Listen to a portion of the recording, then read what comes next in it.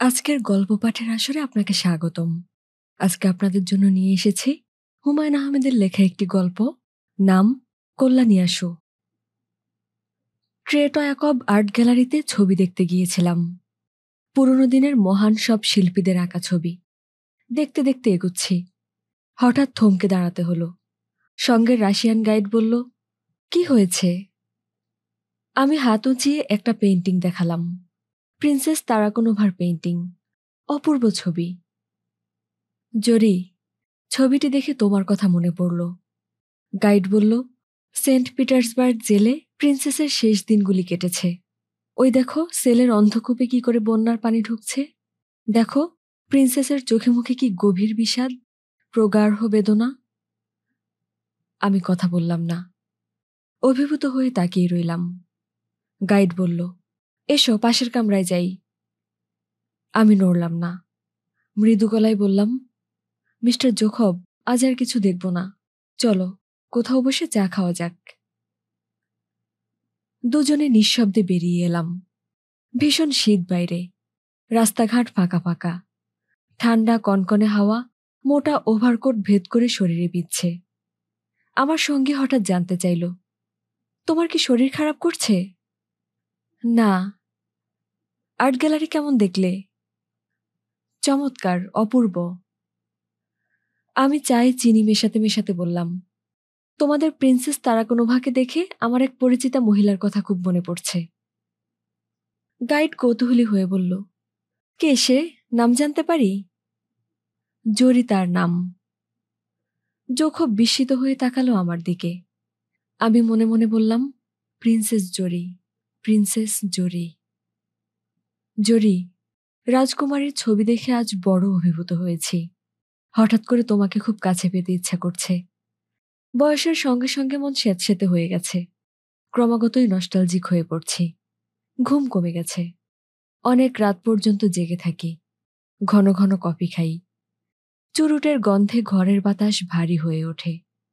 শেষ রাতের দিকে ঘুমোতে গিয়ে বিচিত্র সব স্বপ্ন দেখে জেগে উঠি।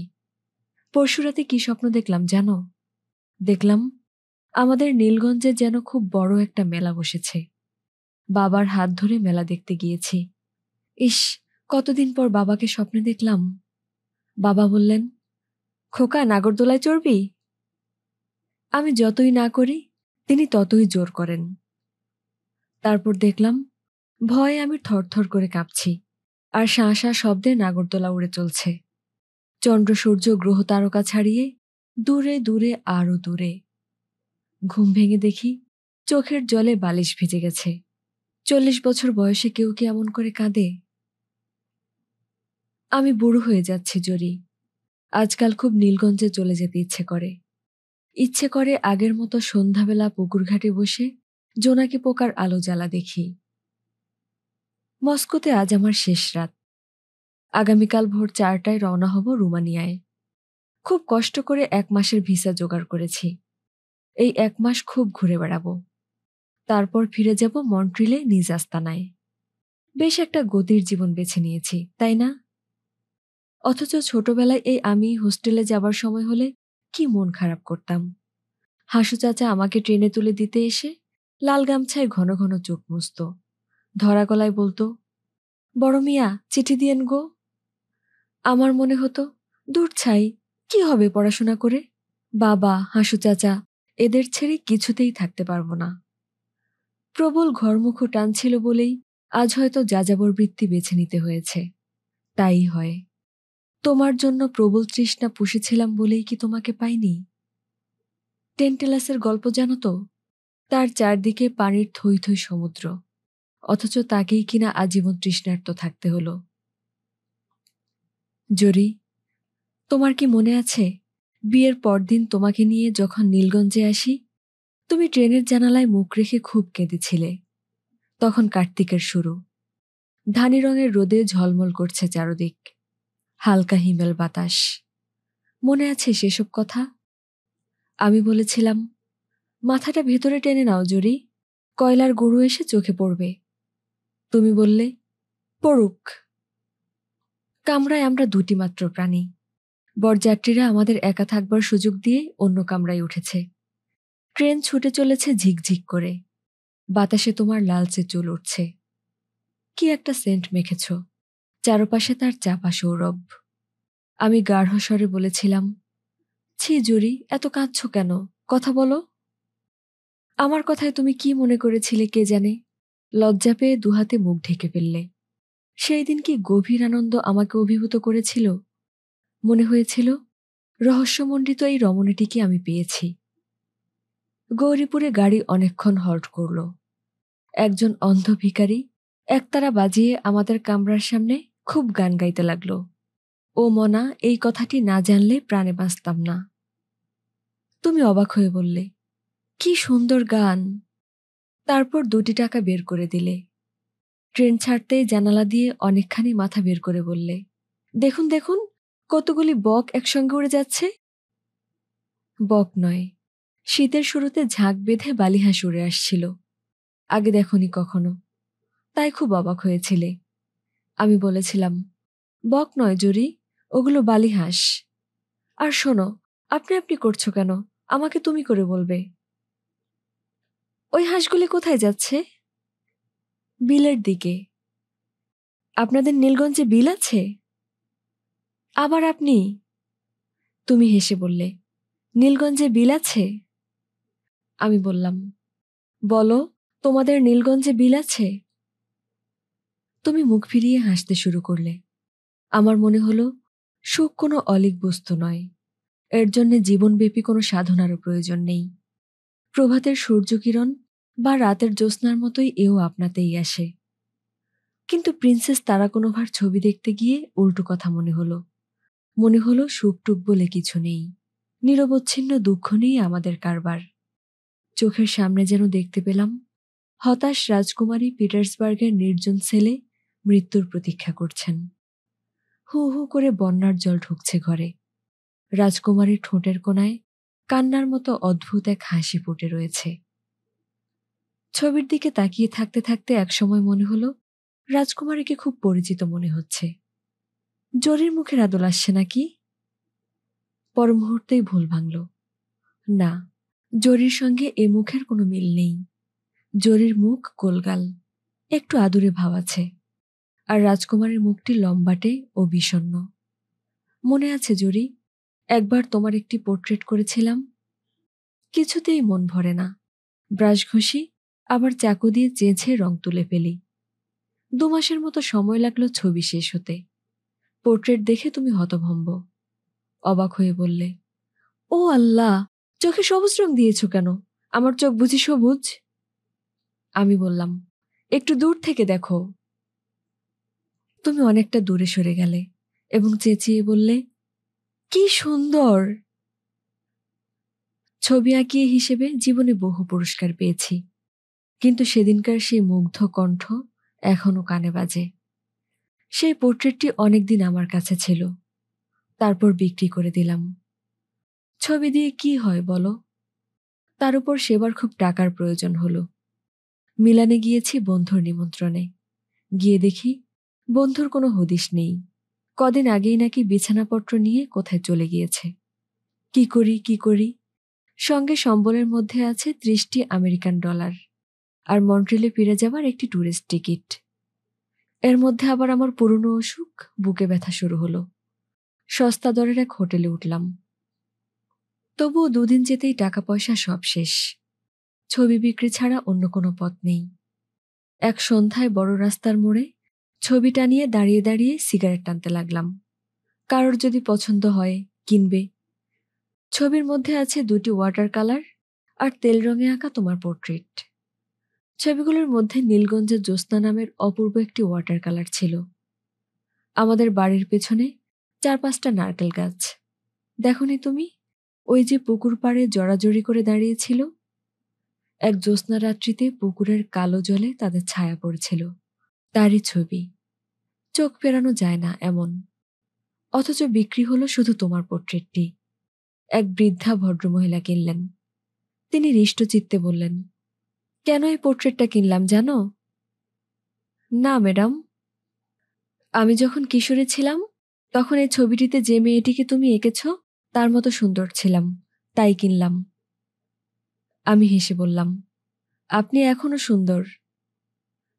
ভদ্রমহিলা বললেন, এসো না আমার ঘরে, কফি করে খাওয়াবো। এমন কফি সারা মিলান শহরে খুঁজেও পাবে না। ভদ্রমহিলা আশাতীত দাম দিলেন ছবির। শুধু কফি নয়, রাতের খাবার খাওয়ালেন। তার অল্প বয়সী নানান ছবি দেখালেন। সবশেষে পিয়ানো বাজিয়ে খুব করুণ একটি গান গাইলেন, যার ভাব হচ্ছে, হে প্রিয়তম, বসন্তের দিন শেষ হয়েছে, ভালোবাসাবাসি দিয়ে সে দিনকে দূরে রাখা গেল না। নিজের হাতে তোমার ছবি টানালাম। কোথাকার ইটালির মিলান শহরের এক বৃদ্ধা মহিলা। তার ঘরে তোমার হাসি মুখের ছবি ঝুলতে লাগলো। কেমন অবাক লাগে ভাবতে। 100 বছর পর এই ছবিটি অবিকৃতই থাকবে। বৃদ্ধার নাতি নাতনিরা ভাববে, এটা কার পোর্ট্রেট, এখানে কিভাবে এসেছে। ফেরার পথে বৃদ্ধার হাতে চুমু খেলাম। মনে মনে বললাম, আমার জরি যেন তোমার কাছে সুখে থাকে। আমরা সবসময় সুখে থাকার কথা বলি। যতবার নীলগঞ্জ থেকে ঢাকার হোস্টেলে যেতাম, বাবা বলতেন, সুখে থাকো। তুমি যখন লাল বেনারসিতে মুখ ঢেকে ট্রেনে উঠলে, তোমার মা কাঁদতে কাঁদতে বললেন, সুখে থাকো। জরি, আমার কাছে তুমি সুখে ছিলে না? কিসে একটি মানুষ সুখী হয়? নীলগঞ্জে আমাদের প্রকাণ্ড বাড়ি দেখে তোমার কি মন ভরে ওঠেনি? তুমি কি অবাক হয়ে চেঁচিয়ে ওঠোনি, ও মা, এ যে রাজপ্রাসাদ! জ্যোৎস্নারাত্রিতে হাত ধরাধরি করে যখন আমরা পুকুর পাড়ে বেড়াতে যেতাম, তখন কি গভীর আবেগে তোমাকে এতটুকু আচ্ছন্ন করেনি? তোমাকে আমি কি দেইনি জরি? নিরবচ্ছিন্ন ভালোবাসার দেয়ালে তোমাকে ঘিরে রেখেছিলাম, রাখিনি? তবু এক রাত্রিতে তুমি বিছানা ছেড়ে চুপি চুপি ছাদে উঠে গেলে। আমি দেখলাম তুমি পাথরের মূর্তির মতো কার্নিশ ঘেঁষে দাঁড়িয়ে আছো।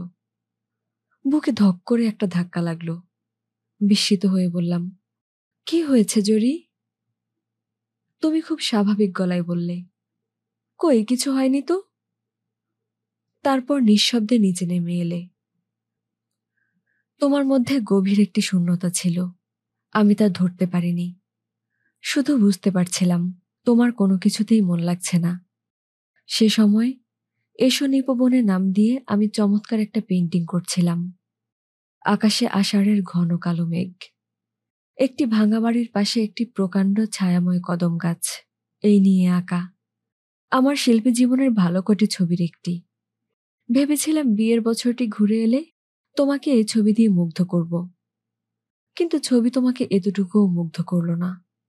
তুমি ক্লান্ত গলায় বললে, 1 বছর হয়ে গেছে বিয়ের? ইস, কত তাড়াতাড়ি সময় যায়। তোমার কণ্ঠে কি সেদিন একটা চাপা বিষাদ ধ্বনিত হয়ে উঠেছিল? ক্রমে ক্রমে তুমি বিষণ্ণ হয়ে উঠতে লাগলে। প্রায়ই মাঝরাতে ঘুম ভাঙলে দেখতাম তুমি জেগে বসে আছো। অবাক হয়ে বলেছি, কি হয়েছে জরি? কই কিছু হয়নি তো। ঘুম আসছে না? আসছে বলেই তুমি আবার কুণ্ডলি পাকিয়ে শুয়ে পড়লে, কিন্তু তুমি জেগে রইলে, অথচ ভান করতে লাগলে যেন ঘুমিয়ে আছো। আমি বললাম, জরি, সত্যি করে বলো তো তোমার কি হয়েছে? কিছু হয়নি। কোথাও বেড়াতে যাবে? কোথায়? কক্সবাজার যাবে? হোটেল ভাড়া করে থাকবো? না, ভাল লাগে না। আরো অনেকদিন পর এক সন্ধ্যায় ঘন ঘোর হয়ে মেঘ করল। রাত বাড়ার সঙ্গে সঙ্গে শুরু হলো ঝড়। দড়াম শব্দে এক একবার আছড়ে পড়ছে জানালার পাট, বাজ পড়ছে ঘন ঘন। ঘরের লাগোয়া জাম গাছে শোঁ শোঁ শব্দ উঠছে। দুজনে বসে আছে চুপচাপ। তুমি হঠাৎ এক সময় বললে, তোমাকে একটা কথা বলি, রাখবে?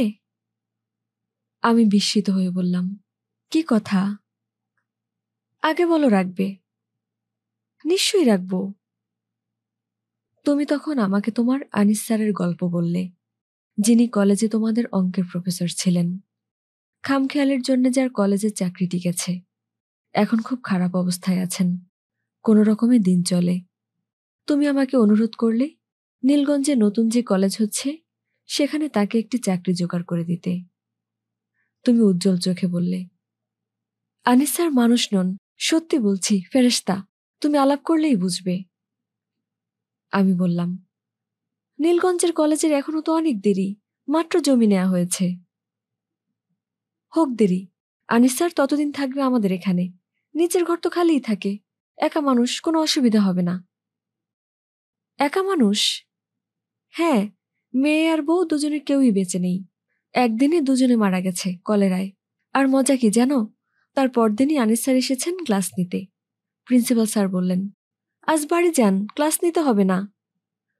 আনিস স্যার বললেন, বাড়িতে গিয়ে করবোটা কি, কে আছে বাড়িতে? আমি বললাম, চিঠি লিখলেই কি তোমাদের স্যার আসবেন এখানে? হ্যাঁ আসবেন, আমি লিখলেই আসবেন। লিখবো স্যারকে? বেশ, লিখো। তুমি সঙ্গে সঙ্গে চিঠি লিখতে উঠে গেলে। সে চিঠি শেষ হতে অনেক সময় লাগলো। বসে বসে দেখলাম অনেক কাটাকুটি করলে, অনেক কাগজ ছেড়ে ফেললে, এবং একসময় চিঠি শেষ করে হাসি মুখে উঠে এলে। তোমাকে সে রাতে ভীষণ উৎফুল্ল লাগছিল।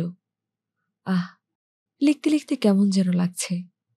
এখন প্রায় মধ্যরাত্রি, তবু ইচ্ছে হচ্ছে রাস্তায় একটু হেঁটে বেড়াই। নিশিরাতে নির্জন রাস্তায় হেঁটে বেড়াতে আমার বেশ লাগলো।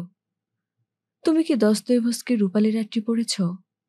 রূপালী রাত্রিতে আমার মতো একজন নিশি পাওয়া লোকের গল্প আছে। জরি, তোমাদের স্যার কবে যেন উঠলেন আমাদের বাড়িতে? দিন তারিখ এখন আর মনে পড়ছে না, শুধু মনে পড়ছে মাঝবয়সী একজন ছোটখাটো মানুষ ভোরবেলায় এসে খুব হইচই শুরু করেছিলেন, চেঁচিয়ে রাগী ভঙ্গিতে ডাকছিলেন, সুলতানা, সুলতানা! তুমি ধর্মর করে জেগে উঠলে। ও আল্লাহ, কি কাণ্ড, স্যার এসে পড়েছেন! এই বলে খালি পায়েই ছুটতে ছুটতে নিচে নেমে গেলে। আমি জানালা দিয়ে মুখ বাড়িয়ে দেখলাম তুমি পা ছুঁয়ে সালাম করছো, আর তোমার স্যার বিরক্তিতে ভুরু কুঁচকে বিড়বিড় করে কি যেন বলছেন। খানিক পরে দেখলাম তিনি খুব হাসছেন, সেই সঙ্গে লাজুক ভঙ্গিতে তুমিও হাসছ। তুমি খুশি হয়েছিলে তো? নিশ্চয়ই হয়েছিলে। আমি স্টুডিওতে বসে তোমার গভীর আনন্দ অনুভব করতে পারছিলাম। একটি তীব্র ব্যথা আমাকে আচ্ছন্ন করে ফেলেছিল। সেদিন আমার আত্মহত্যার কথা মনে হয়েছিল, অথচ তোমার স্যার ঋষিতুল্য ব্যক্তি ছিলেন। এমন সহজ, এমন নির্লোভ লোক আমি খুব কমই দেখেছি। কোনো কিছুর জন্যই কোনো মোহ নেই, এমন নির্লিপ্ততা কল্পনাও করা যায় না। জরি, তুমি ঠিক লোকের প্রেমেই পড়েছিলে। এমন মানুষকে ভালোবেসে দুঃখ পাওয়াতেও আনন্দ। তোমার স্যার ফেরেশতা ছিলেন, কিন্তু জরি, আমি তো ফেরেশতা নই। আমার হৃদয়ে ভালোবাসার সঙ্গে সঙ্গে গ্লানি ও ঘৃণা আছে। আমি সত্যি একজন সাধারণ মানুষ। সময় কাটতে লাগলো। আমি শামুকের মতো নিজেকে গুটিয়ে নিলাম। অনেকগুলো ছবি আঁকলাম সে সময়। তোমার পোর্ট্রেটটিও সে সময় করা। পোর্ট্রেটের সিটিং দেবার জন্যে ঘণ্টাখানেক বসতে হতো তোমাকে। তুমি হাসি মুখে এসে বসতে, কিন্তু অল্পক্ষণ পরই ছটফট করে উঠতে। এই রে, স্যারকে চা দেয়া হয়নি, একটু দেখে আসি, 1 মিনিট প্লিজ। আমি তুলি হাতে তোমার ফেরার প্রতীক্ষা করতাম। 1 কাপ চা তৈরি করতে প্রচুর সময় লাগত তোমার। মাঝে মাঝে আসতেন তোমার স্যার।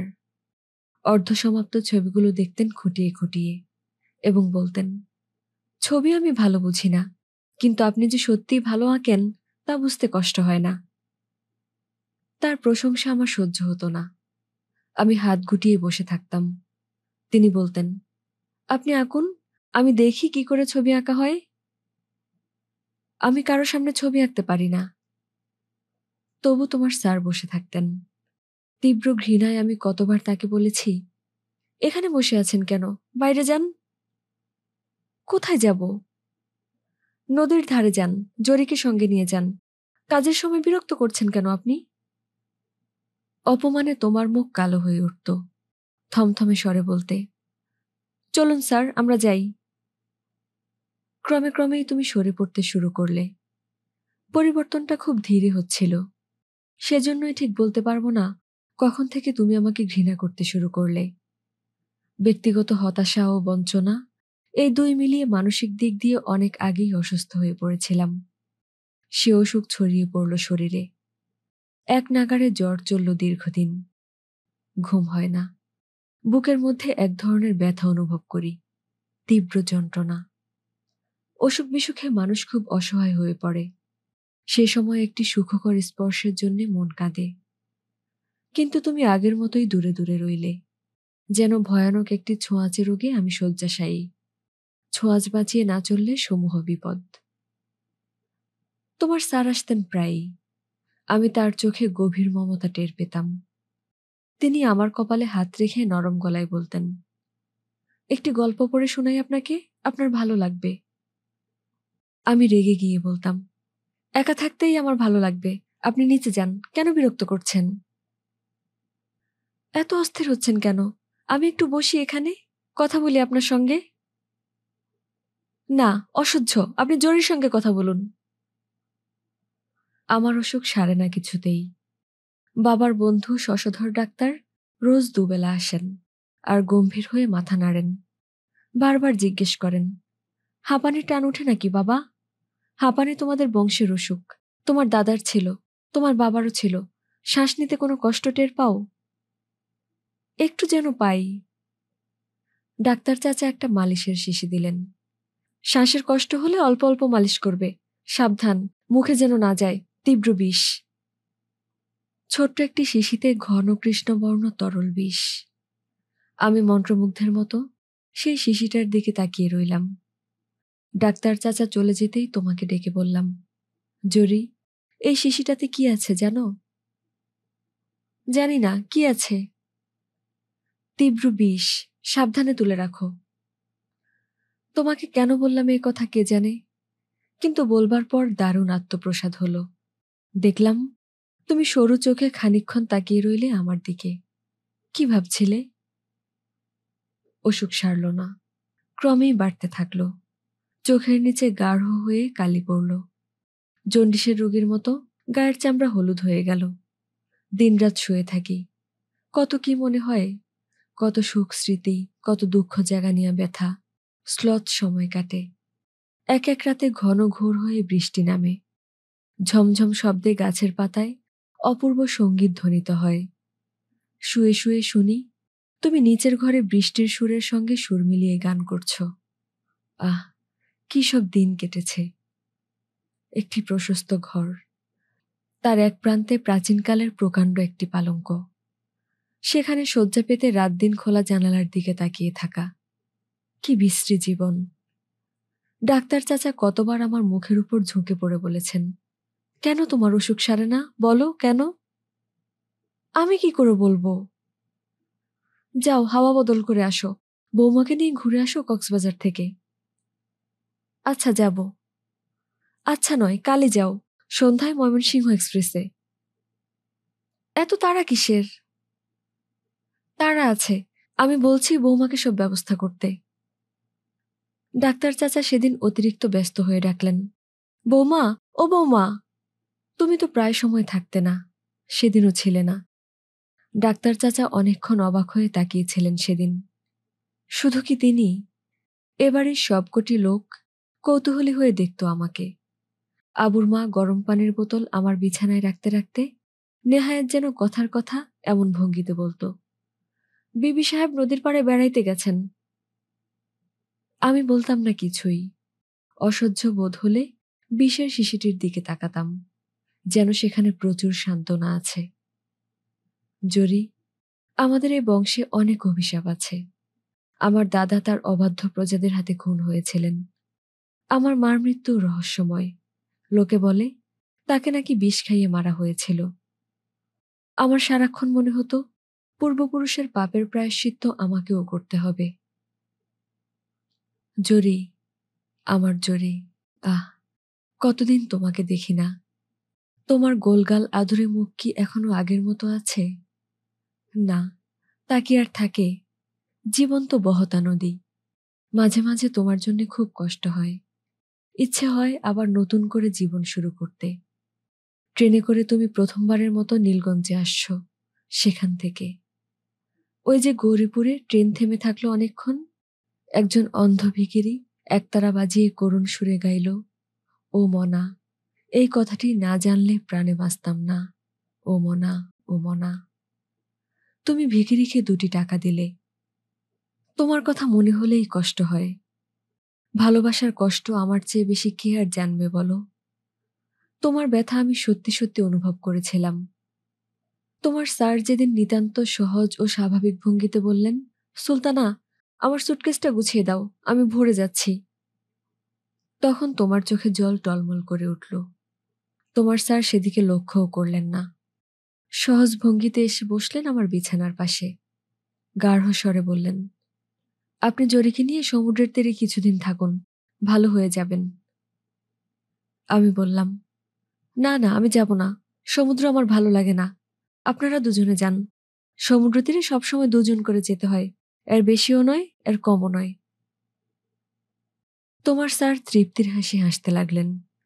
তুমি মাথা নিচু করে দাঁড়িয়ে রইলে, একটি কথাও বললে না। আমি দেখলাম খুব শান্ত ভঙ্গিতে তুমি তোমার স্যারের সুটকেস গুছিয়ে দিলে। রাস্তায় খিদে পেলে খাবার জন্য এক গাদা কিসব তৈরি করে দিলে। তিনি বিদায় নিলেন খুব সহজভাবেই। ঘর থেকে বেরিয়ে একবারও পিছনে ফিরে তাকালেন না। তুমি মূর্তির মতো গেটের সামনে দাঁড়িয়ে রইলে। জরি, তুমি ভুল লোকটিকে বেছে নিয়েছিলে। এইসব লোকের কোনো পিছুটান থাকে না। নিজ স্ত্রী কন্যার মৃত্যুর পরদিন যে ক্লাস নিতে আসে, তাকে কি আর ভালোবাসার শিকলে বাঁধা যায়? তোমার স্যার চলে যাবার দিন আমি তোমাকে তীব্র অপমান করলাম। বিশ্বাস করো, ইচ্ছে করে করিনি। তোমার স্যার যখন বললেন, আপনার কাছে একটি জিনিস চাইবার আছে, আমি চমকে উঠে বললাম, কি জিনিস? আপনার আঁকা একটা ছবি আমি নিতে চাই, হাত জোর করে প্রার্থনা করছি। নিশ্চয়ই, আপনার পছন্দ মতো ছবি আপনি উঠিয়ে নিন, যে কোনো ছবি, যেটা আপনার ভালো লাগে। তিনি ব্যস্ত হয়ে আমার স্টুডিওর দিকে চলে গেলেন। আমি তোমার চোখে চোখ রেখে বললাম, স্যার কোন ছবিটি নেবেন জানো? না, স্যার নেবেন তোমার পোর্ট্রেট। তিনি কিন্তু নিলেন অন্য ছবি, জল রঙে আঁকা এসো নিপবনে। তাকিয়ে দেখি অপমানে তোমার মুখ নীল হয়ে গেছে। তীব্র ঘৃণা নিয়ে তুমি আমার দিকে তাকালে। সেই সব পুরনো কথা তোমার কি মনে পড়ে? বয়স হলে সবাই তো নস্টালজিক হয়, তুমি হওনি? কুটিল সাপের মতো যে ঘৃণা তোমার বুকে কিলবিল করে উঠেছিল, তার জন্য তোমার কি কখনো কাঁদতে ইচ্ছা হয় না? তুমি কাঁদছ, এই ছবিটি বড় দেখতে ইচ্ছে করে। তোমার স্যার চলে যাওয়ার পর তুমি কি করবে তা কিন্তু আমি জানতাম জরি। তোমার তো এছাড়া অন্য কোনো পথ ছিল না। মিছিমিছি তুমি সারা জীবন লজ্জিত হয়ে রইলে। আমি তোমাকে চন্দ্রনাথ পাহাড়ে বেড়াতে নিয়ে যেতে চেয়েছি, তুমি বলেছ না। তোমাকে কিছুদিন তোমার বাবা মার কাছে রেখে আসতে চেয়েছি, তুমি কঠিন স্বরে বলেছ না। কতবার বলেছি, বাইরে থেকে ঘুরে এলে তোমার মন ভালো থাকবে, তুমি শান্ত স্বরে বলেছ আমার মন ভালোই আছে। আমি জানতাম ঘৃণার দেয়ালে বন্দী হয়ে একজন মানুষ বেশি দিন থাকতে পারে না। তোমার সামনে দুটি মাত্র পথ, এক মরে যাওয়া, আর দুই, কিন্তু মরে যাওয়ার মতো সাহস তোমার ছিল না। কাজে দ্বিতীয় পথ, যা তুমি বেছে নেবে, তার জন্য আমি অপেক্ষা করছিলাম। এও এক ধরনের খেলা। আমি জানতাম তুমি এবারও পরাজিত হবে। পরাজয়ের মধ্যেই আসবে জয়ের মালা। উৎকণ্ঠায় দিন কাটতে লাগলো। কখন আসবে সেই মুহূর্তটি? সেই সময় আমি নিজেকে ঠিক রাখতে পারবো তো? সেই মুহূর্তটির কথা কি তোমার মনে পড়ে কখনো? ঘন হয়ে শীত পড়ছে। শরীর খানিক সুস্থ বোধ হওয়ায় আমি কম্বল মুড়ি দিয়ে বসে আছি। সন্ধ্যা মিলাতেই ঘরে আলো দিয়ে গেল। তারও কিছু পর তুমি এলে চা নিয়ে। চায়ের পেয়ালা এগিয়ে দিতে গিয়ে চা ছলকে পড়ল মেঝেতে। বিড়বিড় করে তুমি কি যেন বললে। আমি তাকালাম টেবিলের দিকে। বিষের সেই শিশিটি নেই। তুমি অপলকে তাকিয়েছিলে আমার দিকে। আমি হেসে হাত বাড়িয়ে দিলাম চায়ের পেয়ালার জন্যে। তুমি জ্ঞান হারিয়ে এলিয়ে পড়লে মেঝেতে। হেরে গেলে জোরেই। তোমাকে এরপর খুব সহজেই জয় করা যেত, কিন্তু আমি তা চাইনি। সব ছেড়ে ছুড়ে চলে এলাম। অল্প কদিন আমরা বাঁচি, তবু এই সময়ে কত সুখ দুঃখ আমাদের আচ্ছন্ন করে রাখে, কত গ্লানি, কত আনন্দ আমাদের চারপাশে নেচে বেড়ায়, কত শূন্যতা বুকের ভেতরে হা হা করে। জুরি, এখন গভীর রাত্রি, আর কিছুক্ষণের মধ্যেই পোর্টার এসে দরজায় নক করবে। বিমান কোম্পানির মিনিবাস এসে দাঁড়াবে দোরগোড়ায়। আবার যাত্রা শুরু। আবার হয়তো কোনো এক পেন্টিং এর সামনে দাঁড়িয়ে তোমার কথা মনে পড়বে। আবার এরকম লম্বা চিঠি লিখব, কিন্তু সেসব চিঠি কখনো পাঠাবো না তোমাকে। যৌবনের হৃদয়ের যে উত্তাপ তোমাকে স্পর্শ করতে পারেনি, আজকে আর তা পারবে? কেন আর মিছে চেষ্টা? আজকের গল্প পাঠ এই পর্যন্তই। ভালো লাগলে অবশ্যই আমাদের চ্যানেলটি সাবস্ক্রাইব করতে ভুলবেন না। আর অবশ্যই বই পড়ুন, বইয়ের সঙ্গে থাকুন এবং নিজের যত্ন নিন। টাটা।